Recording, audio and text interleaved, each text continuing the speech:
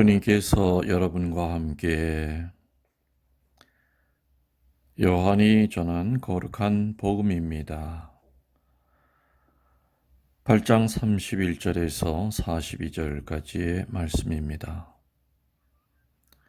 그때 예수님께서 당신을 믿는 유다인들에게 말씀하셨다.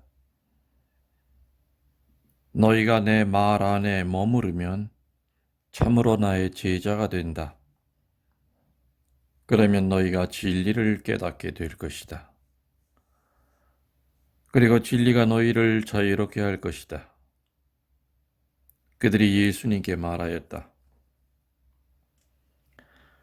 우리는 아브라함의 후손으로서 아무에게도 종 노릇을 한 적이 없습니다. 그런데 어찌 너희가 자유롭게 될 것이다 하고 말씀하십니까?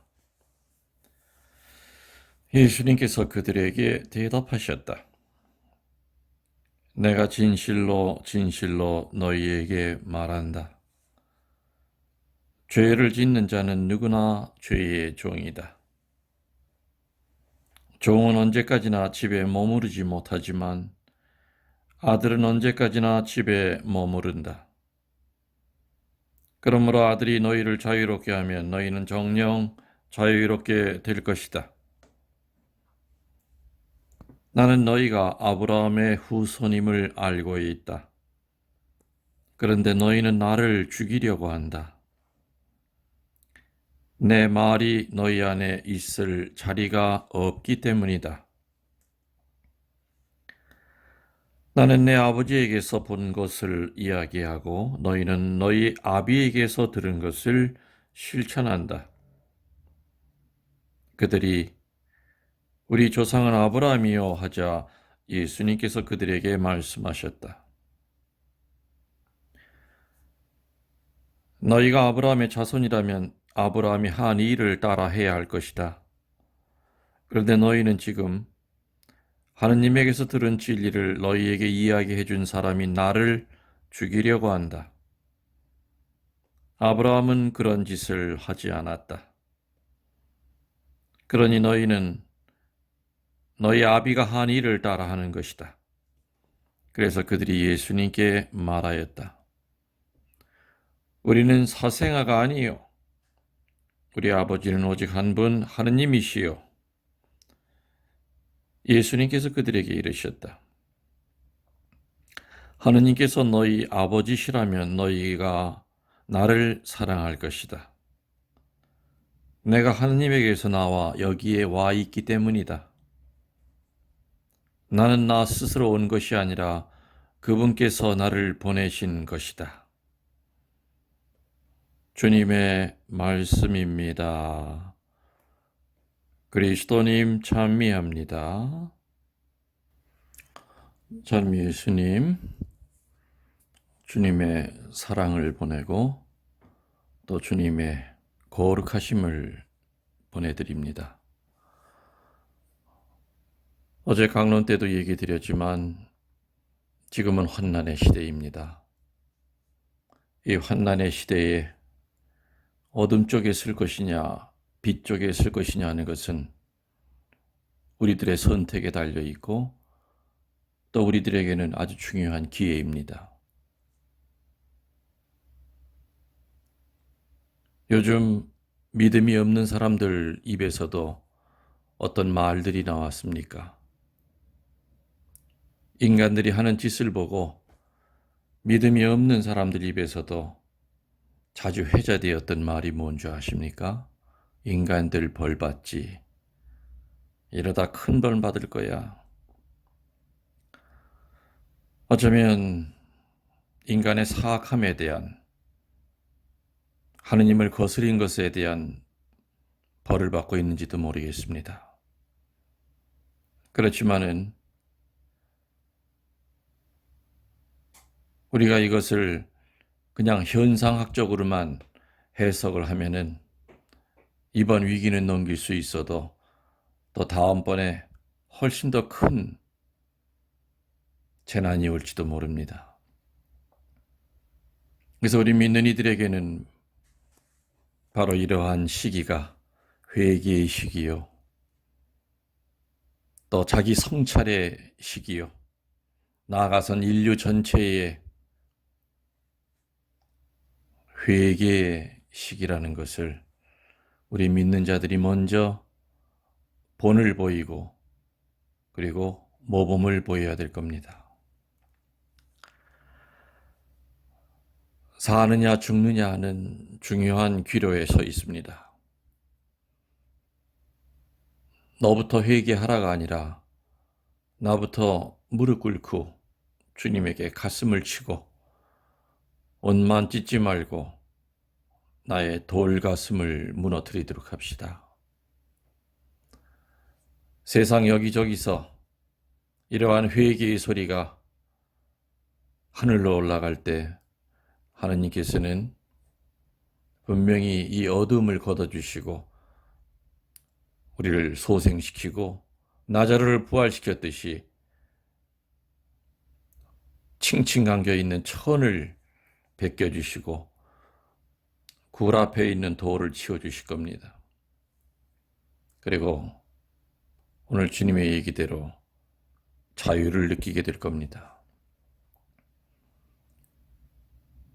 어둠 쪽을 보지 말고 빛 쪽을 보십시오. 빛이 강하면 강할수록 뒤에 비춰지는 그림자는 찢습니다. 지금이 정말로 캄캄한 어둠이라면 분명히 반대쪽에는 하느님의 커다란 은총의 빛이 내리쪼이고 있다고 저는 확신합니다.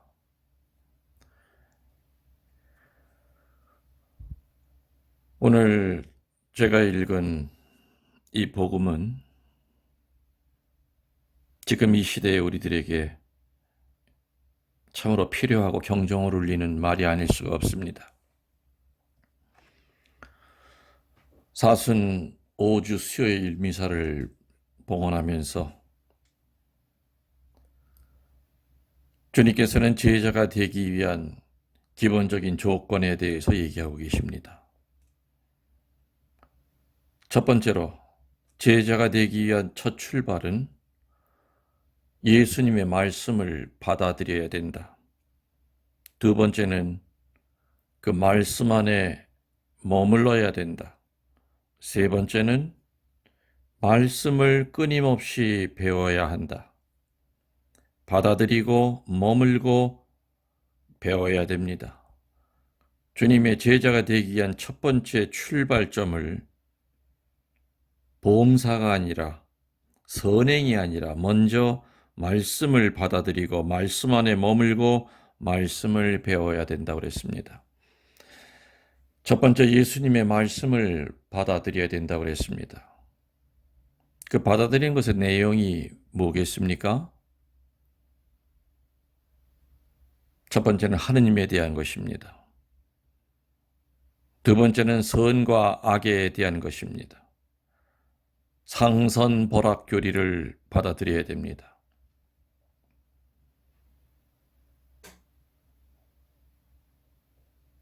내세에 대한 것입니다. 예수님께서 우리의 구세주라는 것을 믿는 것을 또한 뜻합니다. 하느님에 대한 거, 선과 악에 대한 거, 내세에 대한 거, 주님의 구세주심을 믿는 거, 이것을 말씀을 통해서 받아들여야 됩니다. 그게 제자가 되기 위한 첫 번째 출발점입니다. 두 번째로는 받아들이기만 하면 안 됩니다. 밑이 숭숭 뚫어져 있는 그물 같은 그러한 마음이 되면은 다 밑으로 빠져나갈 겁니다. 그래서 그 말씀이 머물게 해야 됩니다. 말씀 안에 머물러야 된다. 말씀 안에 머물러야 된다는 얘기는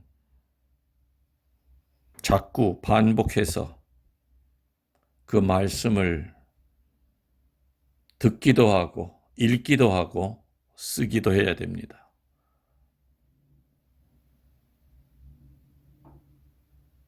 언젠가 얘기 드렸듯이 천국 가는데 우리의 발목을 잡는 세 가지 불감증이 있다고 그랬습니다. 그 중에 하나가 바로 말씀의 불감증에 걸리면 안 된다는 겁니다. 말씀 안에 머문다는 그 말 뜻은 불감증에 걸리지 않는다는 그 뜻입니다. 말씀의 불감증은 뭐겠습니까? 양극이라고 그랬지요. 아예 말씀 근처에 가지도 않는 사람을 말씀의 불감증 환자라고 그러기도 하고, 또 반대쪽에 어느 누구보다도 말씀을 가까이 하지만은 야고보서 1장 22절에 나오는 대로 그저 듣기만 하여 자기 자신을 속이는 사람이 됩니다. 다시 말하면 보고 들은 것이 겸손의 재료가 되지 않고 교만의 재료가 되어 바벨탑을 쌓는 재료로 쓰여집니다. 그리고 늘 판단을 합니다. 한마디로 열매를 맺지 못합니다. 그래서 말씀의 불감증에 걸리면은 절대 그 말씀이 내 안에 머물지 않고 밑으로 다 빠져나갑니다. 어떤 일이 있어도 이 불감증으로부터 벗어나야 됩니다. 세 번째로 말씀을 끊임없이 배워야 한다. 성령이 함께하지 않을 때는 성서 한 페이지 읽는 것도 지겹습니다. 수십 년 동안 신부님의 강론을 들어도 뭔 얘기인지 못 알아듣습니다. 와 닿지도 않고 신부님의 강론 듣고 눈물 흘리는 옆에 사람이 이상하게 보이고 광신자처럼 보입니다. 그러나 성령이 함께할 때는 내 관절과 골수를 그 말씀이 쪼개기 때문에 활자가 살아 움직입니다. 그래서 말씀을 끊임없이 배우기 위해서는 성령의 도우심을 청해야 됩니다.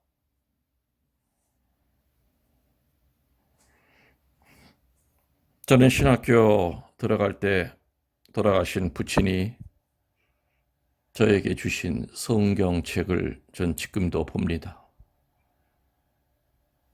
한 장 한 장 넘기기가 조심스러울 정도로 다 너덜너덜합니다. 저는 그 책을 가지고 신학교에서 공부를 했고 빼곡하게 성경 전체가 다 쓰여져 있습니다. 생각날 때마다 묵상을 거기다 적어놨습니다. 제 보물 이럽니다. 여러분들 그런 성경책 갖고 계십니까? 죽을 때 관 속에 넣어가지고 갈 성경책 갖고 계십니까? 여러분이 묵상할 때마다 적어놓은 그런 성서책이 있습니까?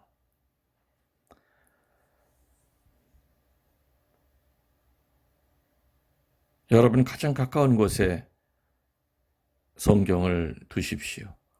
그리고 매일 미사책 그 편리한 것보다도 정말 성서책을 가까이 하십시오.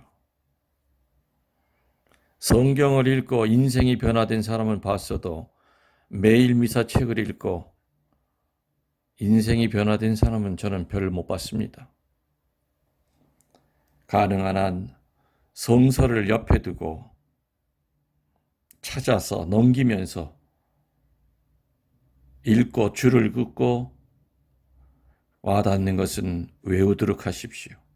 안 외워지면 종이에 적어서 부엌에도 붙여놓고 식탁에도 붙여놓고 화장실에도 붙여놓고 외우십시오.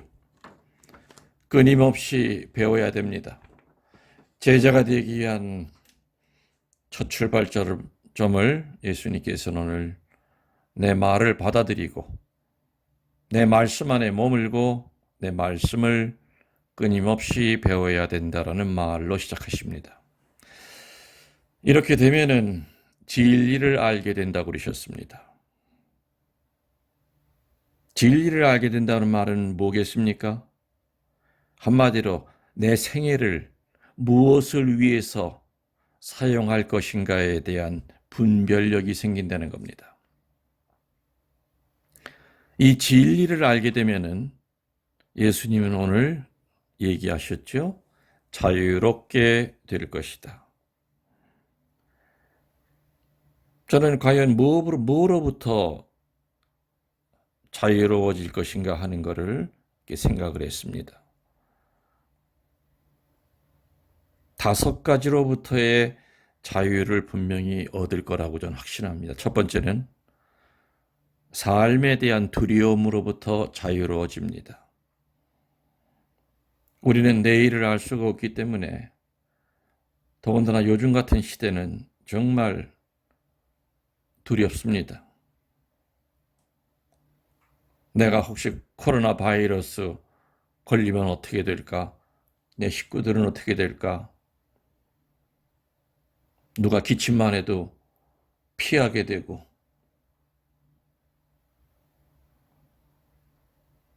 지금 이러한 질병을 하나를 넘어갔다고 해서 앞으로 영원히 우리들이 이러한 두려움으로부터 자유로울 수 있느냐 하면 그것도 아닙니다. 그래서 중요한 것은 어떤 환경, 또 어떤 어둠이 내 주변을 감싸고 있다 하더라도 그 중심에서 정말 정신 차리고 두려움 없이 담대하게 맞이할 수 있는 자유입니다. 삶의 두려움으로부터의 자유가 첫 번째 자유입니다. 두 번째는 타인으로부터의 자유입니다. 아침에 천국 같은 마음으로 기도 잘 바치고 하루를 시작하다가도 누가 무심히 던지는 말 한마디에 순식간에 천국이 지옥으로 바뀌고 연옥으로 바뀝니다. 우리는 다른 사람의 행동, 말 한마디 한마디로부터 자유로울 수가 없습니다. 그러나 진리 안에 살게 되면은 사람으로부터 자유로워집니다. 늘 제가 거듭거듭 많은 얘기를 강조했듯이 내 가슴 속에 사람을 두지 않고 하느님을 모시게 됩니다. 하느님이 내 안에 커지면 커질수록 사람으로부터는 분명히 자유로워집니다. 사람들의 말로부터도 자유로워지고 손가락질로부터도 자유로워질 수가 있습니다.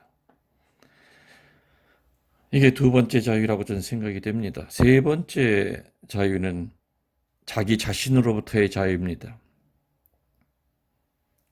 곰곰이 생각해 보면은 늘 누구나 자기 감옥을 한두 개씩은 가지고 삽니다. 그리고 감옥 안에 자기 자신을 가둬두고 빛을 차단시키고 그리고 혼자 괴로워합니다. 이 세상에서 가장 이기기 힘든 게 뭐겠습니까? 자기 자신입니다. 내 이성과 양심의 소리를 따르지 못하고 있는 그 못난 자기 자신을 볼 때 우리는 심한 자괴감을 듭니다. 그리고 우울증이 오고 열등감에 빠질 수가 있습니다. 그러나 창조주 하느님은 나를 만드실 때 다이아몬드를 깎는 원석을 가지고 다이아몬드를 깎아 만드는 그 장인의 마음보다 훨씬 더 수천 배 귀한 마음으로 나를 이 세상에 내셨다는 것을 믿는 거, 그게 바로 자유입니다. 네 번째 자유는 죽음에 대한 공포로부터의 자유입니다.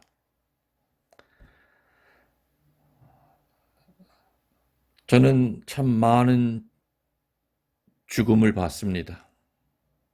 그리고 임종하는 그 자리에도 참 많이 앉아봤습니다. 어떤 이들은 한평생 삶이 세속으로 볼 때 높은 자리에 있었던 적도 없고 부를 누린 적도 없지만, 그리고 성당에서 다른 사람의 관심을 끈 적도 없지만은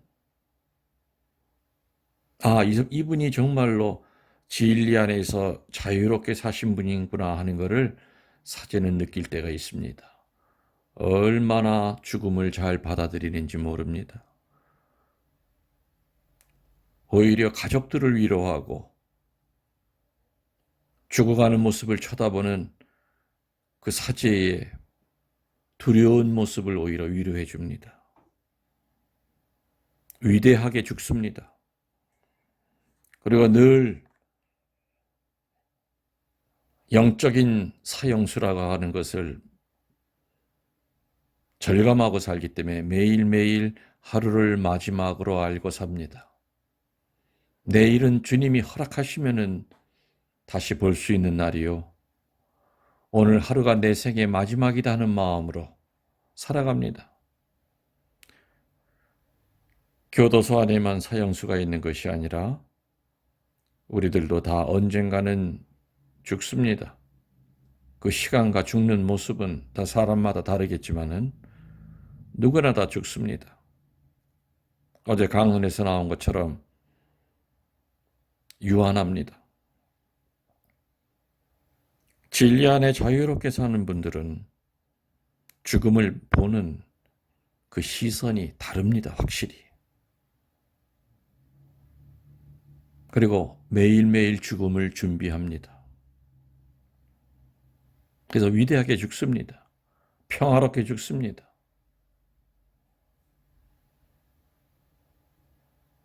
다른 삶으로 넘어가고 삶의 끝이 죽음이 아니라 새로운 삶이라고 하는 것을 확신하고 죽습니다. 마지막 5번째 자유는 죄로 인한 공포로부터의 자유일 것이라고 생각이 됩니다. 죄는 하느님과의 단절이라고 그랬습니다. 그러면 우리는 공포를 느낍니다. 아담과 하와가 선악과를 따먹고 창조주 하느님 앞에 나타나지 못하고 숨었습니다. 그건 공포 때문에 그렇습니다. 죄로 인한 공포로부터의 자유. 우리 약한 인간이기 때문에 죄 지을 수 있습니다. 고해성사 보고 난 다음에 얼마 안 가서 다시 또 죄에 떨어질 수 있습니다. 그럴 때마다 마귀는 너 참 못됐다. 참 뻔뻔하다. 너는 고해성사만 보면 죄에 다 사할 줄 알지? 하면서 우리를 주눅들게 합니다. 물론 고해성사를 나쁜 마음으로 이용해서는 절대 안 되지만은 우리가 약하기에 죽을 힘을 다해서 노력을 하더라도 우리는 죄를 짓고 살 수밖에 없습니다. 그럴 때마다 주님께서는 내 죄 사해 주시는 분이라고 하는 것을 믿어야 됩니다. 죄와 죄로 인한 공포로부터의 자유를 딴 데서 찾는 것이 아니라 주님 안에서 자유롭게 될 때 그러한 자유를 주십니다. 오늘 강론을 다시 한번 요약을 하면은 제자가 되기 위한 첫 출발점은 예수님의 말씀을 받아들이고 말씀 안에 머물고 말씀을 끊임없이 배워나가야 된다는 겁니다. 이리하면 진리를 알게 된다고 그러셨습니다. 그 진리를 안다고 하는 것은 구체적으로 부평초처럼 뿌리 없이 세월만 먹고 사는 내 인생이, 내 생애가 이제는 목적이 생깁니다. 나의 생애를 무엇을 위해 사용할 것인가? 그러기 위해서는 우리는 자유로워져야 됩니다. 이 5가지의 족쇄로부터 벗어나지 못하면 우리는 절대로 하느님 앞으로 나갈 수가 없습니다. 그래서 진리를 알면 자유롭게 할 것이다. 5가지가 뭐라고 그랬죠? 첫 번째는 삶의 두려움으로부터의 자유입니다. 두 번째는 타인으로부터의 자유입니다.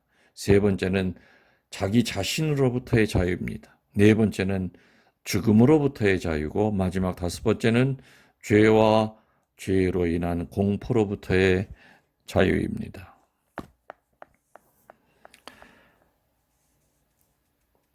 여러분들 예수님의 제자임이 분명히 맞죠? 저도 주님의 제자입니다. 그래서 저는 주님의 그 제자로부터 이탈되지 않으려고 끊임없이 예수님의 말씀을 받아들이고 새깁니다. 그래서 늘 미사 때마다 사도신경 할 때마다 신앙 고백을 합니다. 그리고 말씀 안에 머물려고 애를 씁니다. 불감증에 걸리지 않으려고 애를 씁니다. 누구보다도 좋은 얘기를 많이 한 사제이기 때문에 한평생을 피정지도한 신부이기 때문에 잘못하면 말씀에 불감증에 걸리기가 쉽습니다. 머리만 커지고 열매를 맺지 못하는 괴물 같은 신부가 되기가 쉽기 때문에 절대 그렇게 되지 않으려고 피눈물 나게 저는 노력하고 삽니다. 겸손해지려고 애쓰고 삽니다.